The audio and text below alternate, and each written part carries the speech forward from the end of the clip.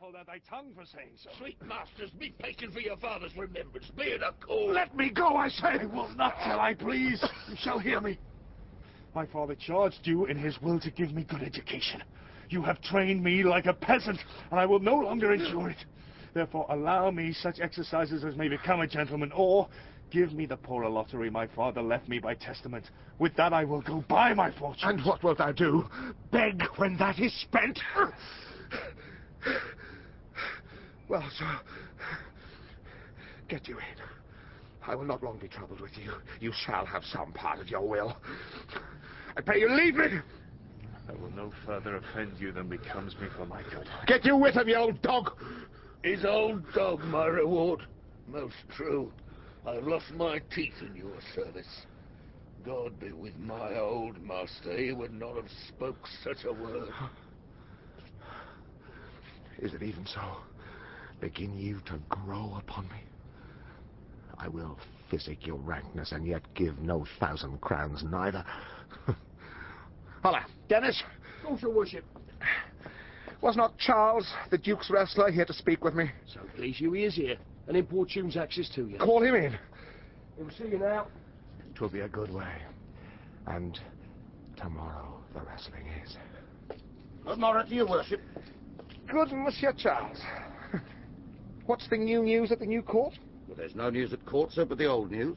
That is, the old Duke is banished by his younger brother, the new Duke, and 3 or 4 loving lords have put themselves into voluntary exile with him. Can you tell of Rosalind, the Duke's daughter, be banished with her father? Oh, no. For the Duke's daughter, her cousin so loves her, being ever from their cradles bred together, that she would have followed her exile, or have died to stay behind her. She is at the court, and no less beloved of her uncle than his own daughter. And never 2 ladies loved as they do. Where will the old Duke live? They say he's already in the Forest of Arden, and are many merry men with him. And there they live like the old Robin Hood of England. They say many young gentlemen flock to him every day and fleet the time carelessly as they did in the golden world. What, you wrestle tomorrow before the new Duke? Marry, do I, sir. And I came to acquaint you with the matter. I am given, sir, secretly to understand that your younger brother, Orlando, hath a disposition to come in disguised against me to try a fall. Tomorrow, sir, I wrestle for my credit, and he that escapes me without some broken limb shall acquit him well. Your brother is but young and tender, and for your love I would be loath to foil him, as I must for my own honour if he come in. Therefore, out of my love to you, I came hither to acquaint you with all. Charles, I thank thee for thy love to me, which thou shalt find I will most kindly requite. I had myself notice of my brother's purpose herein, and have by underhand means laboured to dissuade him from it, but he is resolute. I tell thee, Charles, it is the stubbornest young fellow of France, full of ambition, an envious emulator of every man's good parts, a secret and villainous contriver against me, his natural brother. Therefore, use thy discretion.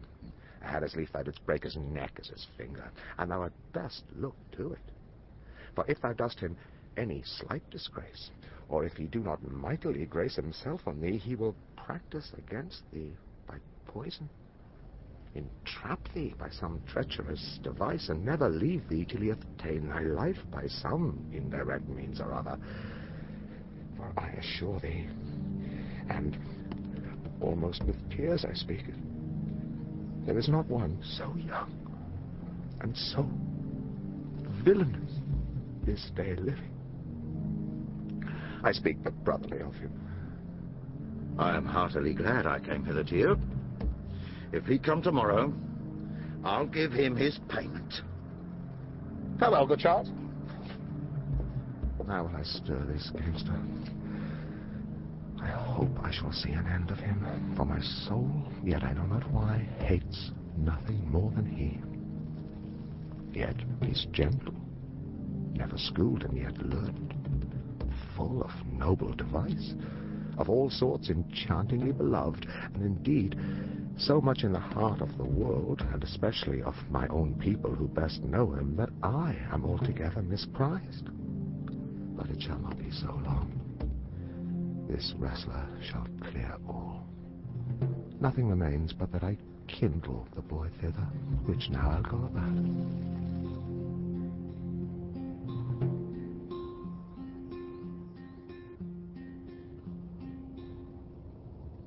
I pray thee, Rosalind, sweet my cause, be merry. Oh, dear Celia, I show more mirth than I am mistress of. Would you yet owe a merrier? Unless you could teach me to forget a banished father, you must not learn me how to remember any extraordinary pleasure. Herein I see thou lovest me not with the full weight that I love thee. If my uncle, thy banished father, had banished thy uncle, the Duke my father, so thou hadst been still with me, I could have taught my love to take thy father for mine. So wouldst thou, if the truth of thy love to me was so righteously tempered as mine is to thee. Well, I will forget the condition of my estate to rejoice in yours. You know my father hath no child but I, nor none is like to have, and truly when he dies thou shalt be his heir. For what he hath taken away from thy father perforce, I will render thee again in affection. By mine honour I will, and when I break that oath, let me turn monster. Therefore, my sweet Rose, my dear Rose, be merry. From henceforth I will, coz, and devise sports.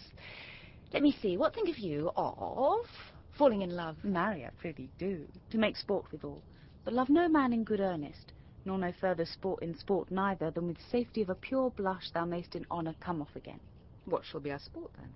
Let us sit and mock the good housewife Fortune from her wheel, that her gifts may henceforth be bestowed equally. I would we could do so, for her benefits are mightily misplaced, and the bountiful blind woman doth most mistake in her gifts to women. 'Tis true, for those that she makes fair she scarce makes honest, and those that she makes honest she makes very ill-favouredly.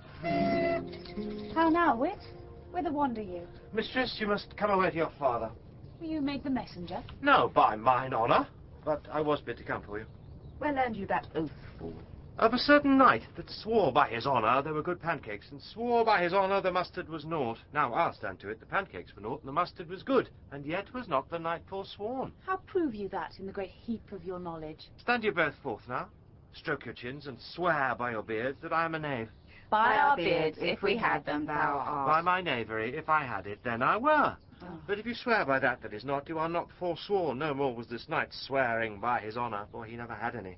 Prithee, who is that thou meanest? One that old Frederick, your father, loves. My father's love is enough to honour him. Enough.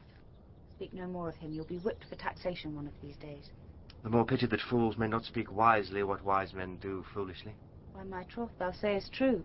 For since the little wit that fools have with silence, the little foolery that wise men have makes a great show. Here comes Monsieur Le Beau, with his mouth full of news, which he will put on us as pigeons feed their young. Then shall we be news-crowned. Bonjour, Monsieur Le Beau. What's the news? Fair princess, you have lost much good sport. Sport of what colour? What colour, madam? How shall I answer you? As wit and fortune will. Or as the destinies decree? Well said, that was laid on with a trowel. Nay, if I keep not my rank. Thou losest thy old smell. Boom. You amaze me, ladies. I would have told you of good wrestling, which you have lost the sight of. Oh, yet tell us the manner of the wrestling. Well, I will tell you the beginning, and if it please your ladyships, you may see the end, for the best is yet to do, and here, where you are, they are coming to perform it. Well, the beginning. Well, there comes an old man, and his 3 sons, 3 proper young men, excellent growth and presence.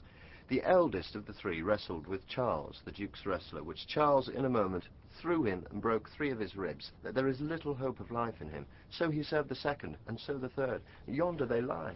The poor old man, their father, making such pitiful dole over them that all the beholders take his part with weeping. But what is the sport, monsieur, that the ladies have lost?